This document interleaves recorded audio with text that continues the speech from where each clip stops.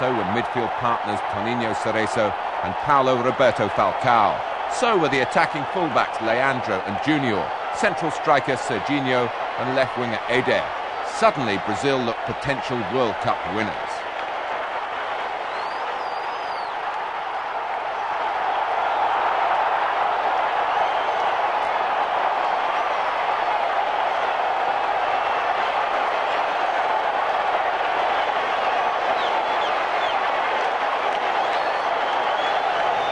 New Zealand were more orthodox opponents for the Soviet Union than Brazil, and that meant an orthodox result. The Red Army, a mixture of the stars from Kiev and Tbilisi, didn't need to stretch themselves to assert their technical and tactical superiority.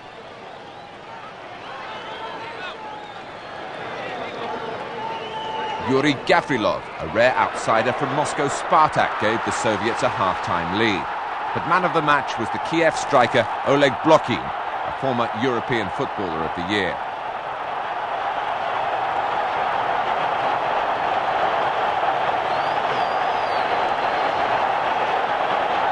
Blokhin scored the Soviet second goal himself.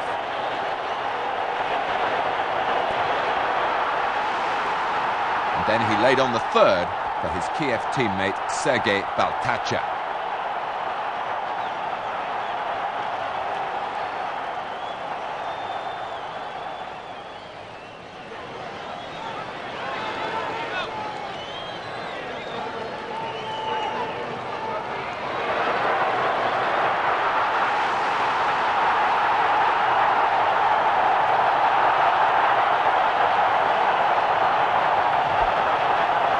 Soviet manager Konstantin Beskov could smile with satisfaction. New Zealand well beaten 3-0. Scotland had to win to qualify for the second round. The Soviet Union needed only a draw. That would leave both them and Scotland on 3 points. The Soviets had the insurance of a better goal difference. For Scotland, it was all or nothing. The Scots made one change, bringing in Joe Jordan to replace midfielder Asa Hartford. Jordan had earned a reputation for going toe-to-toe with the most resilient defences in his career with Leeds, Manchester United and Milan, and he came up with the goods this time as well.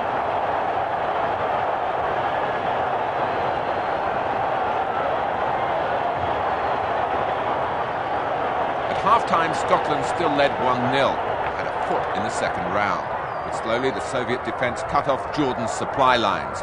At the back, Scotland began to look hesitant, and they paid a terrible price. Soviet sweeper Alexander Chivadze moving upfield to strike an equaliser, which caught goalkeeper Alan Rough by surprise.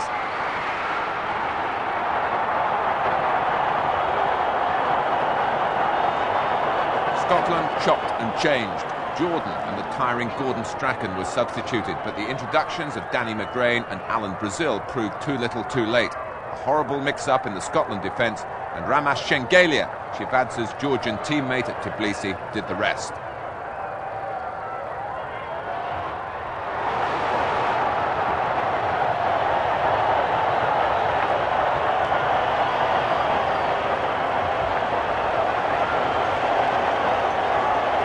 Graham Souness pulled Scotland back to 2-2, but Jock Stein and his men had run out of time.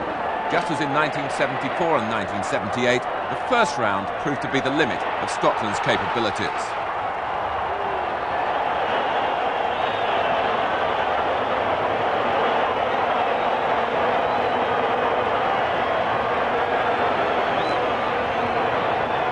Brazil had established their confidence against the toughest opposition in the group. Now they went to town against the weakest. New Zealand did their best, but all their physical effort couldn't hide the chasm between the teams. Once again, the Samba of soccer success was led by Zico. The previous year, he'd been a winner in the World Club Championship, inspiring Flamengo's victory over Liverpool. Now Zico wanted the other World Cup to complete his double. In Argentina in 1978, he had disappointed. He disagreed with Brazil's tactics then and struggled against injury. Now he was a player reborn at the peak of his career. The longer the World Cup went on, the more his dream appeared likely to come true.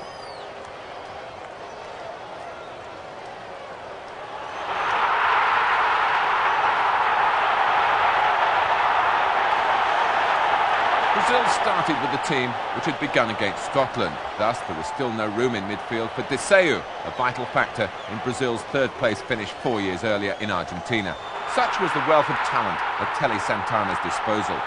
Could anyone else at these finals live with Brazil in this sort of mood?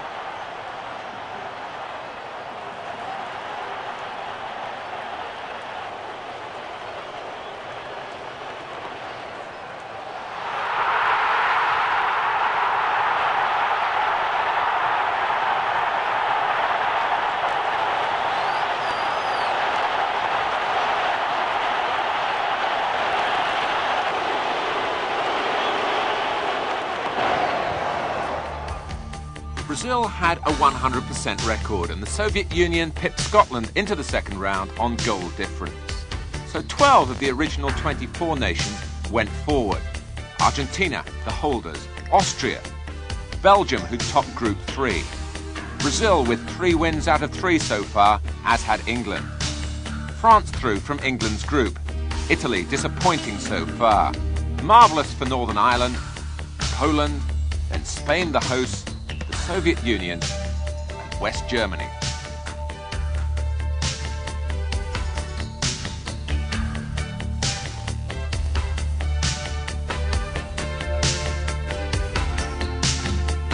Now those 12 countries were split into 4 further mini-leagues. But there was no sneaking through in second place now.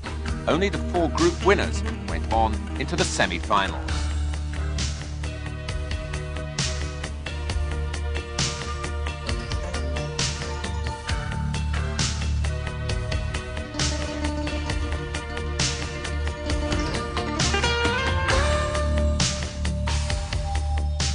Group A, based in Barcelona's Nou Camp Stadium, had a strong Eastern European flavour with Poland and the Soviet Union. Belgium certainly liked the setting. They'd beaten Argentina here in the opening match. They also started Group A against Poland, but fell foul of one player who'd been hoping to earn a transfer to an English club, Poland's Zbigniew Boniek.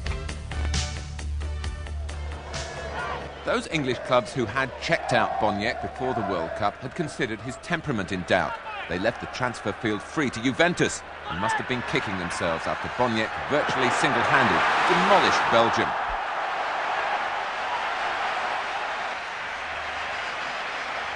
Once again, his partnership with Lato was decisive in front of a defence in which Vladislav Šmuda was a rock of a centre-back.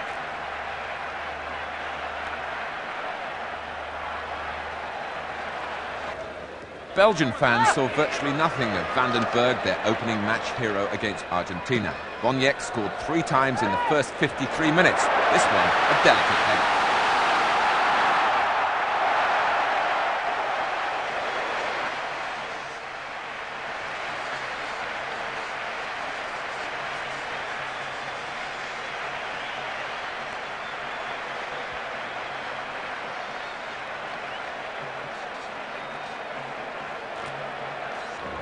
Belgium's manager, Guy Thys, admitted he'd never seen one man take his defence apart like that before. Lato was instrumental in this move as well before Boniek teased and tormented goalkeeper Theo Custers and completed his hat-trick.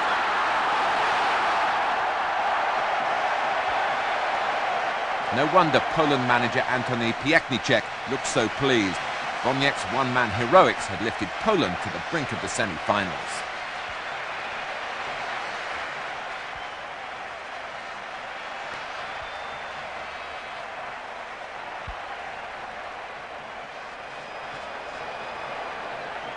Belgium put up sterner resistance against the Soviet Union in the group's second game, but the result went the same way in the end.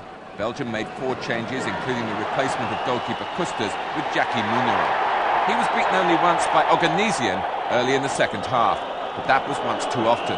Belgium lost both the match and their toehold on World Cup survival.